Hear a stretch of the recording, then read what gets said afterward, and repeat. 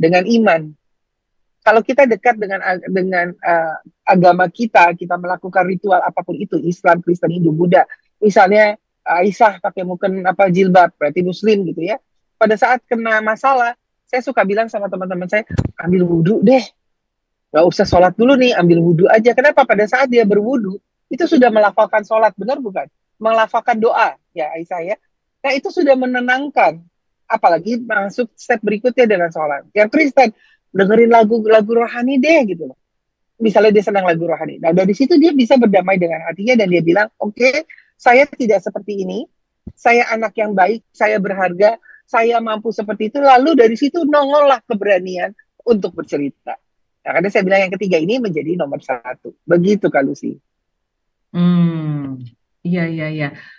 Memang benar sih, Kak Yohana ya. Kuncinya memang harus ada pendampingan ya, Kak Yohana ya, Betul. buat teman-teman kita ya. Nah, saya penasaran nih, kalau Aisyah waktu SD nih, waktu teman-teman me- menyerang gitu ya dengan panggilan-panggilan yang bukan namanya Aisyah.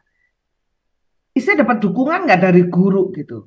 Atau dari guru BK kah? Atau dari manapun deh waktu itu? Enggak, tidak ada dapat dukungan, nggak ada dapat dukungan dari guru atau guru BK atau yang bertanggung jawab di sekolah itu jujur nggak dapat. Tapi memang ada support dari teman-teman terdekat, teman-teman Hmm.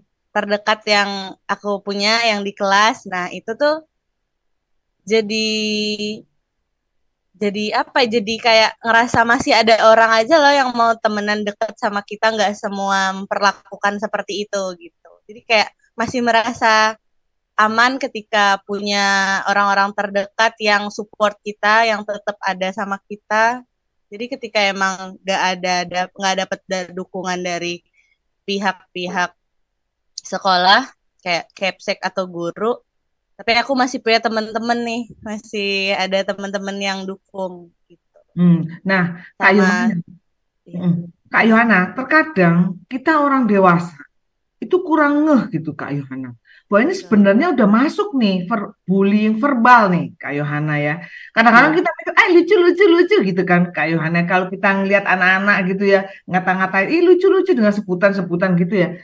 Tak Hmm. bener nggak sih Kak Yohana kayak gini Kak Yohana? Ya itu tadi saya bilang Kak, peka apa tidak peka, kadang-kadang kenapa kita menjadi tidak peka, karena itu menganggap ya sudahlah gitu.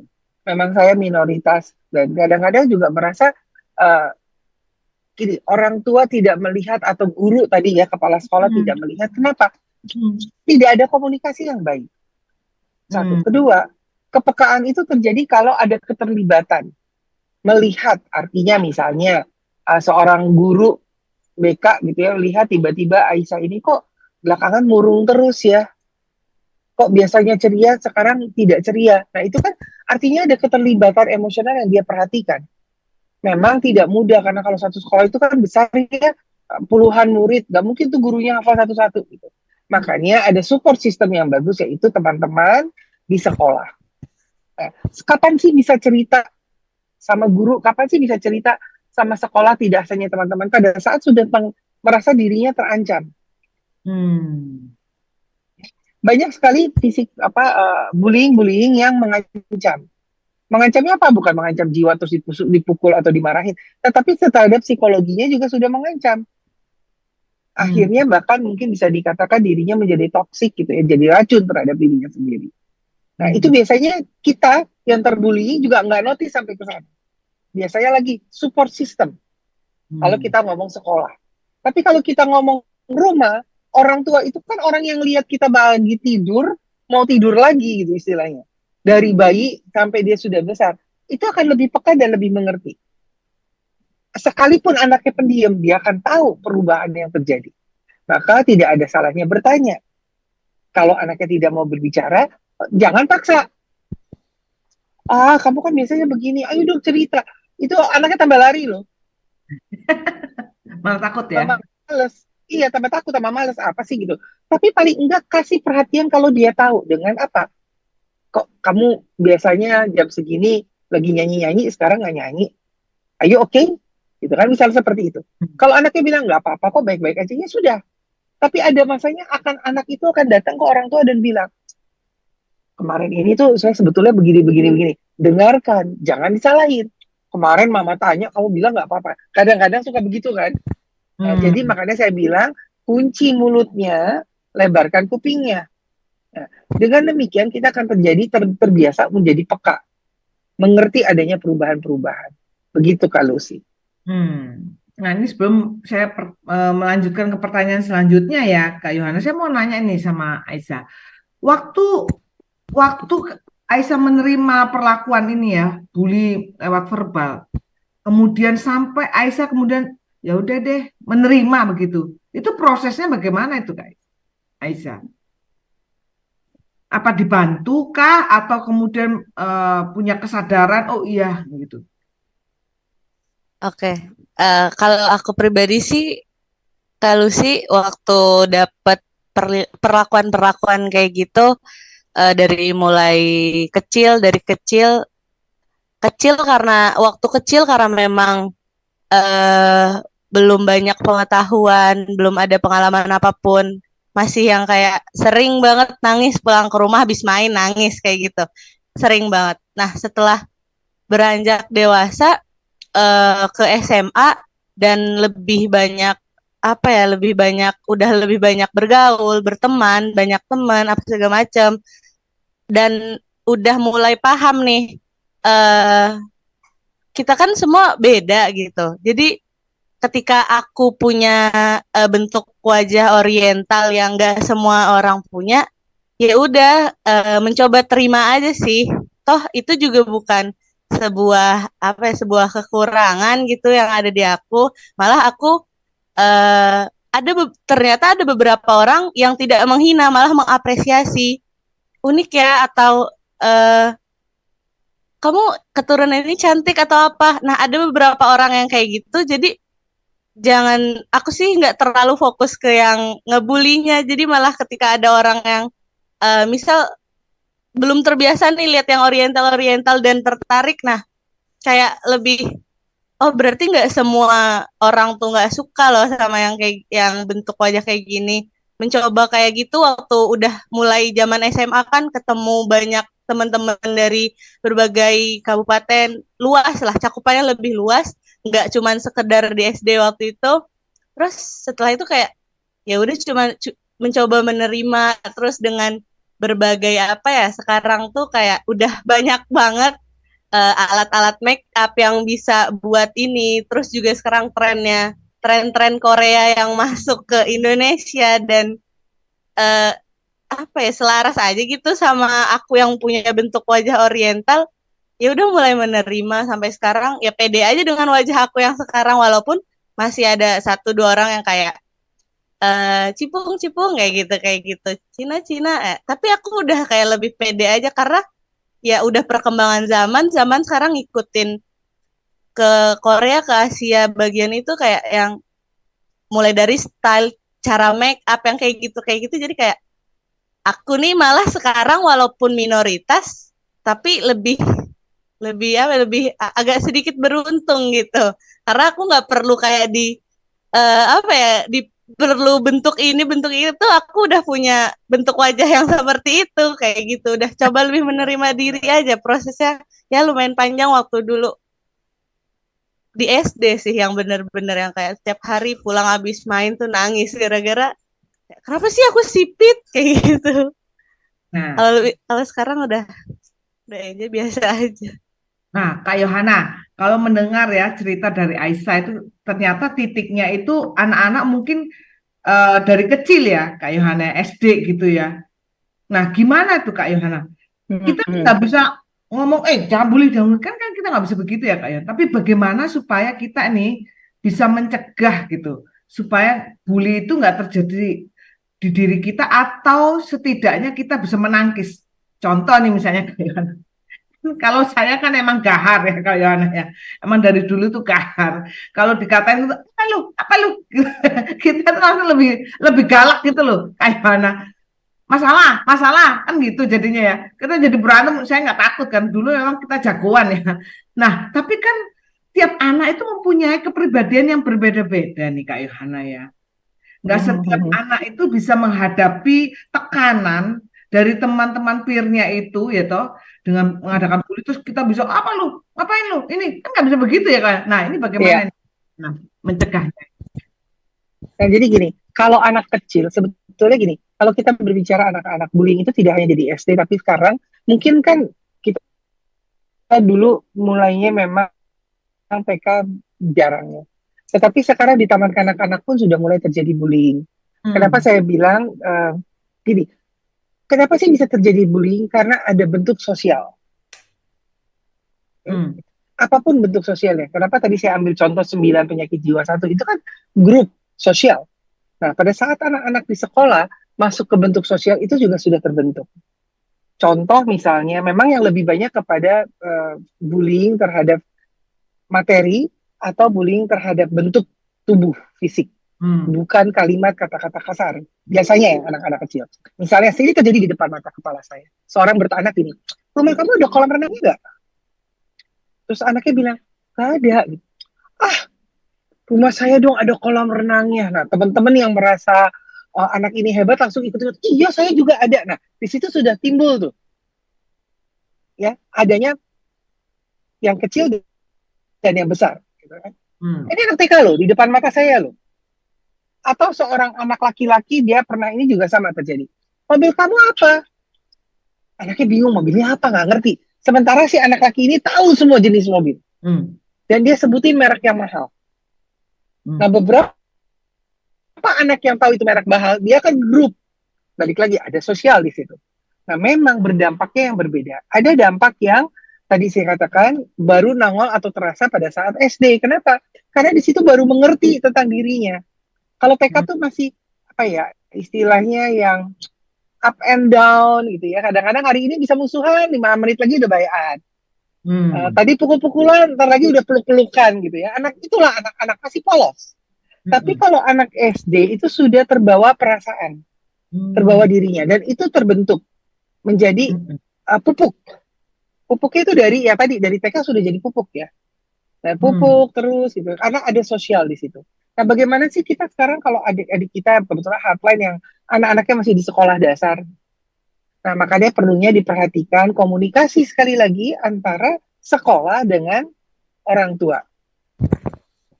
Guru dengan sekolah, yaitu kepala sekolah dan yayasan, sekolah dengan orang tua. Bagaimana menyampaikannya, bagaimana bercerita, misalnya suatu saat gurunya menemui anaknya lagi nangis, terus ditanya ada apa. Nah, itu sampaikan ke orang tuanya. Jangan ditahan ketakutan, aduh nanti saya dimarahin nih, karena dia sekolah di saya, jadi sekolahnya jelek. Tidak. Tetapi pada saat disampaikan, orang tua juga harus membesar hati. Jangan terbawa emosi. Karena pada saat terbawa emosi terpancing, ya kayak tadi, jadi satu putaran, nggak selesai-selesai. Itu yang paling mudah. Kenapa sekolah? Karena saya yakin beberapa kita, orang tua itu sibuk kerja. Pagi udah berangkat, sore udah pulang, baru pulang sore, bahkan malam. Yang tahu keadaan sehari-hari di lapangan adalah guru atau orang yang di rumah. Jadi komunikasi itu penting sekali. Nah, ini yang perlu diperhatikan. Yang kedua, kalau kita sudah tahu adanya perubahan bagi anak-anak kita, saya tuh senang membiasakan setiap rumah itu membiasakan anak-anak itu untuk berani bercerita. Prioritas seorang ibu, prioritas seorang ayah diredam. Yuk peluk yuk. Kenapa? Pada saat anak kita merasa nyaman untuk bercerita, itu udah satu poin yang luar biasa. Gitu Kak Lucy. Nah, kalau ternyata anak kita ini pelaku nih, Kak Yohana. Gimana nih Kak Yohana? Karena kan anak itu kan produk dari rumah tangga ya, Kak Yohana. Artinya orang tua juga secara nggak sadar interaksi antar anggota keluarga itu ternyata toksik. Sehingga anaknya menjadi pelaku nih. Gimana nih kita dari pihak sekolah atau lingkungan gitu, Kak Yohana? Ya, kalau kita menemukan anak kita atau adik kita atau kakak kita adalah pelaku misalnya ya, nah kita bisa bilang begini sebetulnya. Kenapa sih seorang pelaku itu kayak toksik atau kayak nagih ya, ketagihan. Karena dia merasa berhasil. Itu dulu. Karena percaya dirinya dia timbul pada saat dia menganiaya orang dalam bentuk bullying tadi. Wah, saya berhasil, saya diberikan tepuk tangan, saya menjadi tambah banyak teman. Gitu ya. Nah, ini yang perlu di-cut. Yuk kita sadarin dulu bersama-sama pengertian bullying, kerugiannya, mengapa, mencegahnya gimana. Lalu kalau kita sudah terbiasa membuat seseorang dengan keadaan tidak nyaman, peluk dong. Peluknya apa? Siapa yang tertua di situ? Siapa yang tahu? Sama kan kayak orang batuk, pilek, sakit, yang meluk dokter sama obat kan. Kalau kita sakit batuk, tadi Aisyah batuk-batuk, larinya kemana? Cari apotik, beli obat batuk. Nggak sembuh-sembuh, larinya kemana? Ke dokter. Tapi dia harus sadar dulu kalau dia sakit. Termasuk orang yang menjadi bukan victim, tetapi yang melakukannya. Dia sadar dulu kalau dia sudah menyakiti orang, dia sadar dulu kalau dia itu tidak baik dan tidak benar tingkah lakunya. Bagaimana cara menyadarkannya? Tadi itu tadi, contoh kecil, pukul diri sendiri, dikasih pengertian gitu ya. Lalu lingkungannya. Lingkungan juga menjadi salah satu tempat untuk membuat seseorang kayak tadi Aisyah bilang, untung ada lingkungan, ada teman-teman. Nah, teman-teman yang tahu dia melakukan tidak baik, jangan menjadi ikutan tidak baik. Tetapi diingatkan, ini kamu nggak benar nih. Gini. Nah, dengan demikian kalau dia tahu tidak baik, maka dia akan mencari penyembuhan kan. Karena kalau enggak, sampai masa tuanya dia begitu, dia akan mengalami kesulitan sosial di dalam dunia pekerjaan, di dalam lingkungan nanti ke depannya, bahkan di dalam hubungan rumah tangga sekalipun pada saat pacaran. Karena sudah terbiasa tindakan kekerasan-kekerasan terus. Bullying, kekerasan ini tidak harus selalu memukul ya, macam-macam kan. Akan sulit akhirnya. Yang dirugikan siapa? Diri sendiri. Itu kalau sih. Iya, tapi kalau misalnya dari keluarga nih, Kak Yohana, orang tua misalnya, itu juga toksik gitu, Kak Yohana. Memicu anak ini menjadi pelaku begitu, Kak Yohana. Ini dimulainya dari mana nih, Kak Yohana ya? Pemulihannya begitu. Nah, balik lagi. Kenapa sih orang tua bisa jadi pemicu? Dia sudah terbiasa terbentuk menjadi toksik. Tapi dia tidak tahu kalau dia toksik kalau sih. Dia merasa dia yang paling benar. Dia merasa dirinya yang paling hebat. Jadi kalau ada orang lain coba ngasih tahu, dia udah marah duluan. Anak-anak itu adalah bercermin dari kedua orang tuanya. Bukan dari yang mengasuhnya pada saat orang tua tidak di rumah, tidak. Tapi bercermin dari kedua orang tuanya. Jadi kalau kita bilang anak kita begini-begini, lihat dulu dari kita siapa nih? Ayahnya atau ibu yang suka seperti itu? Mungkin dua-duanya. Nah, jadi balik lagi orang tua yang ternyata menjadi toksik atau menjadi pemicu untuk bullying karena contoh gini ya, kadang-kadang saya tuh sering sekali menemukan misalnya nih, maaf banget ya hotline sekalian, pulang gereja, di gereja nyanyi-nyanyi gitu dengan firman Tuhan, begitu keluar masuk mobil macet, kalimat yang keluar udah sumpah serapah, klakson dimainin kan emosional kan.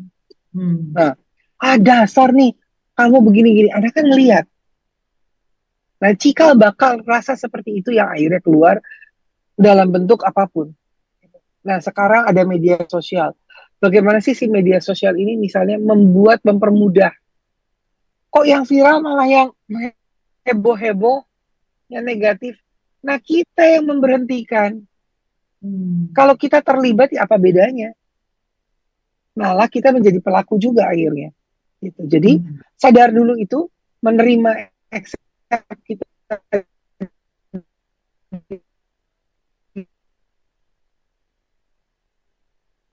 diri kita dan kita mau disembuhin. Tahu dulu, aku nggak batuk kalau dinyanyi. Oh, ini kok. Gitu kalau sih. Ya, jadi membangun kesadaran diri sendiri dulu ya, Kak Yohana ya. Dan kemudian peranan dari support system itu sangat penting sekali ya, Kak Yohana ya. Nah, iya. Kalau Aisyah tadi punya support system teman-teman pertemanan yang positif ya, ada yang mendukung begitu kan. Nah, saya pernah bertemu dengan anak-anak yang sangat pendiam sekali Kak Yohana, nggak punya lingkar pertemanan yang besar atau nggak gitu, nggak punya temen gitu Kak Yohana. Sedangkan dia menjadi korban gitu. Nah, pemulihannya bagaimana nih ya Kak Yohana terhadap anak-anak seperti ini ya? Memang menjadi satu kendala pada saat dia tidak punya teman atau dia tertutup. Ya. Hmm. Kendalanya apa? Tidak mudah untuk bercerita, tidak mudah untuk mengekspresikan dan ditangkap. Sebetulnya orang-orang introvert punya punya gayanya sendiri. Contoh yang sederhana,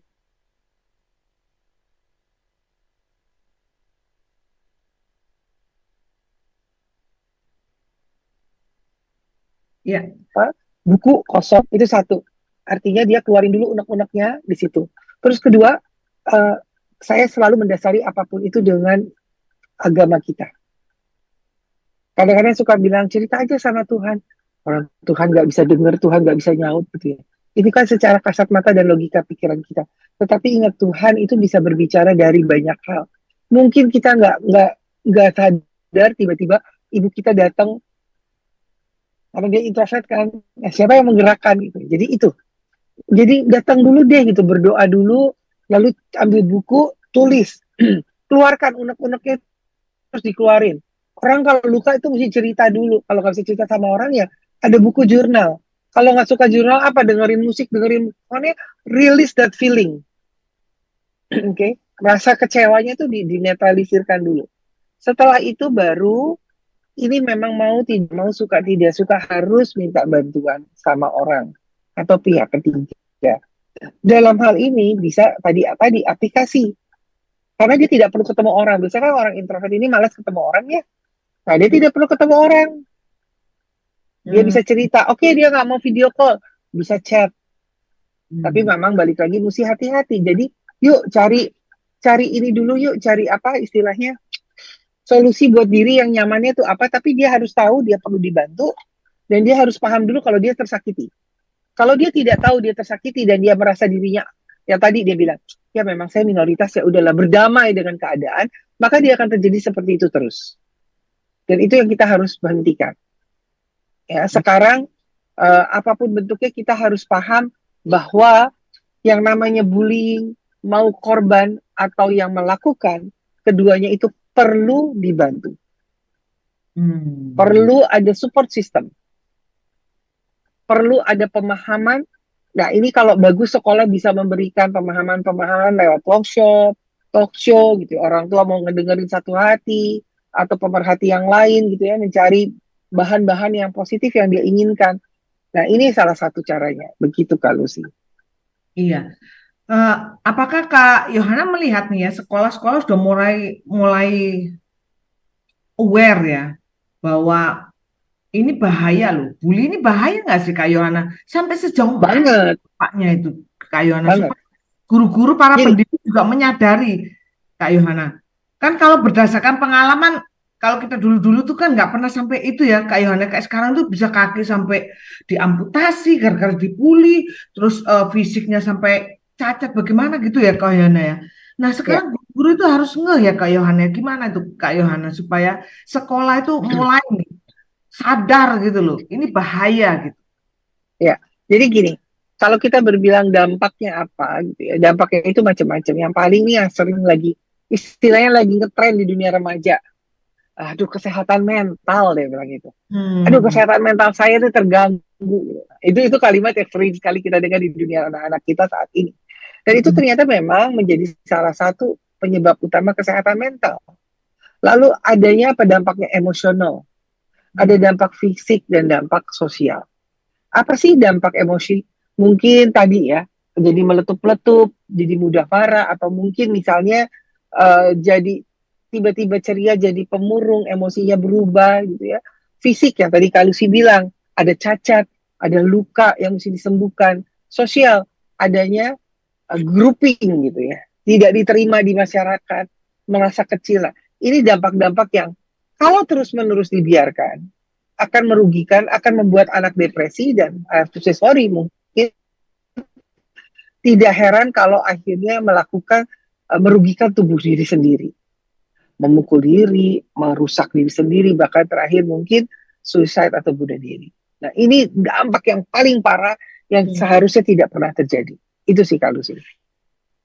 Iya, itu kan peristiwa-peristiwa yang menumpuk ya, Kak Yohana ya. Nggak seketika itu juga Betul. orang itu bunuh diri. Pasti kan menumpuk dari yang lama gitu. Proses Itu penyembuhan dia. itu ya membutuhkan waktu ya, Kak Yohana ya, begitu ya, Betul. menggali Jadi ya. seberapa lama orang itu bisa sembuh dari bullying, seberapa lama dia terkena bullying. Oh, Kalau dia dari kecil kayak tadi Aisyah gitu ya, kenapa dia bisa bangkit? Karena dia melihat ternyata sekarang itu tadi dia dari dampak sosial. Ada drama Korea disenangin orang banyak, terus oriental lain jadi terkenal lah. Di situ kan timbul motivasi, oh saya berarti berharga. Makanya ini perlu ditanamkan sejak dini, sejak bayi. Kalau kita itu semua berharga loh. Kita itu kesayangan Tuhan, bentuknya apapun. Misalnya ada yang tidak bisa melihat, tidak bisa mendengar, tetap kamu tuh berharga.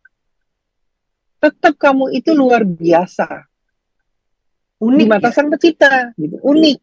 Makanya tadi saya bilang kebetulan Aisyah ada momen yang membuat dia melihat dirinya sebagai special. Dia menerima. Jadi memang self confidence, rasa menerima diri, bersyukur itu kunci utamanya. Gitu kalau sih. Iya. Ini dimulai juga dari kita orang tua ya, Kak Yohana. Betul, Orang tua semua di dalam mengapresiasi anak ya, Kak Yohana ya, memberikan betul apresiasi sekali. yang pas, memenuhi kebutuhan emosi anak dengan penghargaan yang pas gitu ya, Kak Yohana ya. Iya, Diharapkan anak-anak lebih tangguh ya, Kak Yohana, menghadapi situasi kondisi yang mungkin membuat dia itu merasa tertekan ya, Kak Yohana ya. iya, betul sekali. Ya memang ini menjadi PR berat ya, dalam arti kata kenapa berat? Karena kita lihat situasi bullying, membullying ini sudah kayak turun-temurun, cuman bedanya kalau dulu tidak terekspos, sekarang terekspos gitu. Nah, siapa yang mesti memberhentikan adalah diri kita. Kita yang harus memulai, jangan nunjuk orang deh, kita dulu introspeksi diri kita. Kita masih suka ngejelek-jelekin orang nggak sih? Kita masih suka ngomongin orang nggak sih gitu ya? Kalau masih, nah itu dulu di stop. Maka dengan demikian akan menjadi hal-hal yang positif. Yuk yang sudah terluka, buka dong diri kamu untuk orang mau nolong. Buka dong hati kamu untuk mau disembuhkan. Jangan sakit itu ditahan menjadi lama, akhirnya jadi busuk dan jadi bom waktu. Itu Kalusi. Wah, Kalusi gak terasa loh, udah hampir 1 jam kita ngobrol. Iya seru ya, Kak Yohana ya. Oke, ini menguatkan buat teman-teman yang di luar sana, hardliner semuanya, yang mungkin mengalami kondisi-kondisi baik eh, situasi-situasi yang mungkin menekan ya, mengalami bullying baik verbal maupun di sosmed semuanya. Kiranya talk show ini menjadi masukan ya Kak Yohana ya. Betul sekali. Ya, Kalusi, jadi kita kembali kalau saya boleh menambahkan kalimat terakhir.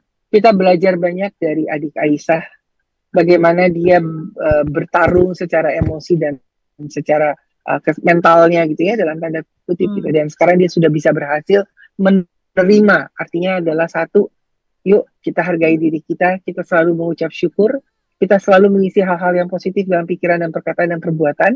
Maka dengan demikian kita niscaya tidak akan membuli orang. Iya, dan saya juga nitip nih Kak Yohana ya. Aplikasi Ya, Aku Pintar juga menyediakan fitur konseling pintar. Di situ semua nah, adik semua headliner semua yang mungkin mempunyai putra-putri yang mungkin orang tua kesulitan ya mendekati gitu membuka pintu mungkin lewat aplikasi Aku Pintar, fitur konseling pintar ini orang tua juga punya satu teman untuk partner untuk bersama-sama memulihkan anak-anak semuanya. betul. Ya, itu yang tadi saya bilang kalau sih banyak kok platform-platform sekarang yang memang bisa dimanfaatkan, yang salah satunya Aku Pintar. Iya. Iya, tidak terasa 1 jam. Terima kasih Aisyah, terima kasih untuk ceritanya yang menjadi pencerahan bagi kita semua. Akhirnya saya Yohana Elizabeth Haji Dinata bersama rekan saya. Lucia Christina. Sampai ketemu lagi di Kamis minggu pertama dan kedua di bulan mendatang. Dalam satu hati, hatinya kita semua. Selamat beraktivitas. Selamat beraktivitas. Stay healthy.